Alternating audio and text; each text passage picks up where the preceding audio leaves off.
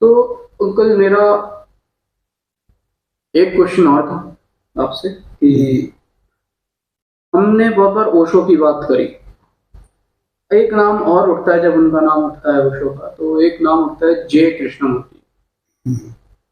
तो उन्होंने क्या बताया और ओशो ने क्या बताया ऑलमोस्ट सेम टॉपिक पे था, बात उनकी सेम ही थी, थोड़ा डिफरेंस था। क्या डिफरेंस था और how was he different than Osho, ये आप बताइए। बात यह है कि जे कृष्णमूर्ति भी ओशो के मुकाबले कम रिबेल नहीं थे। उन्होंने भी ट्रेडिशन के खिलाफ रिबेल किया, वो भी बागी से, क्योंकि वो ट्रेडिशंस को उन्होंने बेड़ियां बताया। उन्होंने कहा भाई ट्रेडिशंस जो है ये हमारी कंडीशनिंग है और हम इसके कैदी हैं। तो जब तक हम उस अपनी बेड़ियों को नहीं देखेंगे अपने से मुक्त कैसे होंगे। जहाँ तक ओशो का सवाल है, ओशो गुरु और शिष्य परंपरा में ज़्यादा विश्वास करते थे। जे कृष्णमूर्ति ने, चूंकि वो अधिकतर ब्रिटेन और अमेरिका में रहे, तो उन्होंने ये देखा कि भारत, चाइना और जापान से गुरु जाकर के वहाँ शोषण कर रहे थे और श्रद्धा का उन्होंने विशेष रूप से शोषण किया। जो भी श्रद्धा शब्द था तो वो श्रद्धा शब्द से बहुत घबराते थे। उन्होंने कभी भी श्रद्धा शब्द का उपयोग नहीं किया। उन्होंने तो यहाँ तक कह दिया कि ना मैं किसी का गुरु हूँ ना मैं शिष्य बनाता हूँ। तो क्यों भला? कि उन्होंने ये देखा कि इस गुरु शिष्य रिश्ते का बहुत ज़्यादा शोषण हो रहा था और बदनामी थी एक प्रकार से। लेकिन मैं जहाँ तक समझ पाया हूँ, भाई आप किसी को कब सुनेंगे? जब उसके प्रति श्रद्धा होगी।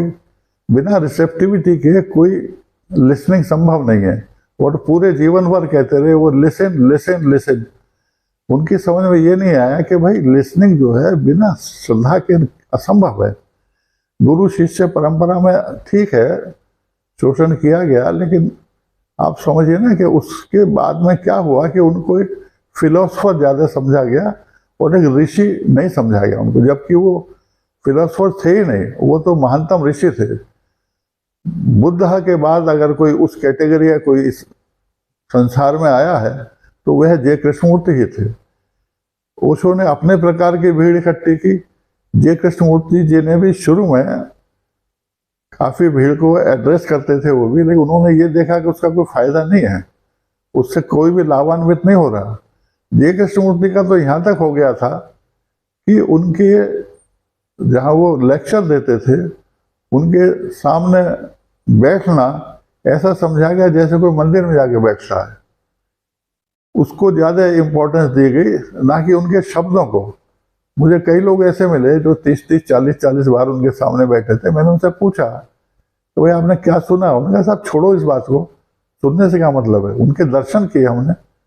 ओशो के यहाँ उल्टा था। ओशो के कम्यून में चूंकि उन्होंने कभी परवाह नहीं की, क्योंकि वो रिबेल थे, वहाँ थोड़ी बदनामी थी। ओशो के कम्यून जो पूना में था, वहाँ जाते हुए लोग घबराते थे।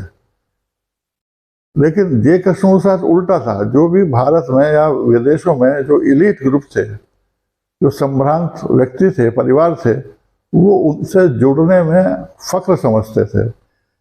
दूसरा क्या है कि जे कृष्णमूर्ति ने कोई ध्यान, कोई सिस्टम, कोई मेथड, सबको डिनाई किया। और उन्होंने ये कहा कि भाई ये जो जितने भी सिस्टम है, जितने भी डायरेक्शन है, जितने भी मूवमेंट्स हैं, जो भी क्रिया कराई जाएगी, उससे वो और अपने से दूर हो जाएगा। उन्होंने कहा कि भाई जो मेडिटेशन है, मेडिटेटर जब अपने को समझने का प्रयास करता है वही मेडिटेशन है। उनका सारा जोर इसी बात पर रहा कि किसी तरह से आप बहिर्मुखी से अंतर्मुखी हों और अंतर्मुखी से जिस क्रिया में भी आप लगे हों, अपने को क्रिया करते हुए कर्ता भाव में अनुभव करते रहें बिना किसी प्रतिक्रिया किए हुए। ये उनका एक एसेंस ऑफ हिज टीचिंग है।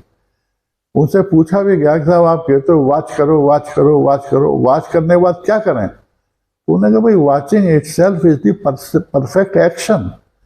बिना वाच किए कुछ है ही नहीं। वाच करेंगे जब आप अपने आप को, तभी तो आप में सुधार की संभावना है। जो इल्यूजन है कि मैं XYZ हूँ, मैं मी सेल्फ हूँ, उससे कैसे आप बाहर आ सकते हैं। दूसरे क्या है कि उन्होंने हमेशा जोर दिया इस बात पे कि सुबह शाम बैठने का वो नहीं है कि आप सुबह शाम आपने ध्यान कर लिया होगा, काम नहीं बोल रहे भाई। 24 घंटे जब भी आप क्रियाशील हैं, और क्रियाशीलता हमेशा रिश्तों में होती है, बोले जिस रिश्ते में भी आप हैं अपने आप को देखिए, और वो देखते हुए अपने प्रतिक्रियाओं को देखते हुए आप उससे फर्दर प्रतिक्रिया ना करें। और ये सुबह शाम का काम नहीं है, 24 घंटे काम है। तो इस प्रकार से मैं ये कहूँगा, जहाँ तक मेरा अपना वो है अनुभव है,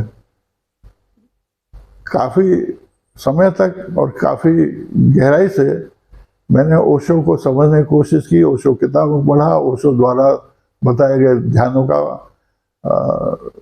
ध्यान किए मैंने। लेकिन मैं ये समझता हूँ कि ओशो किसका जो भी पढ़ा मैंने और जो भी समझा, उसके द्वारा ही मैं इस लायक हो पाया कि जे कृष्णमूर्ति को समझ सकूं। तो मैं इनको दोनों को एक दूसरे का विरोधी नहीं समझता, मैं समझता हूँ दोनों की अपना अपना स्पेस है और दोनों ही आवश्यक थे, इसीलिए आए।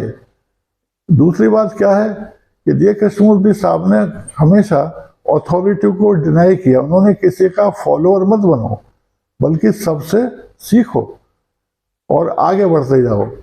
तो जैसे जैसे आप प्रगति करेंगे तो आप ये पाएंगे कि अगर आपने अपनी अथॉरिटी के अनुसार, अपने किसी निष्कर्ष के अनुसार भी आप चल रहे हैं, वो भी गलत है, आप स्टक हो जाओगे। तो उन्होंने कहा कि किसी को भी फॉलो मत करो, फ्रेश को फ्रेश के साथ ही मिलो।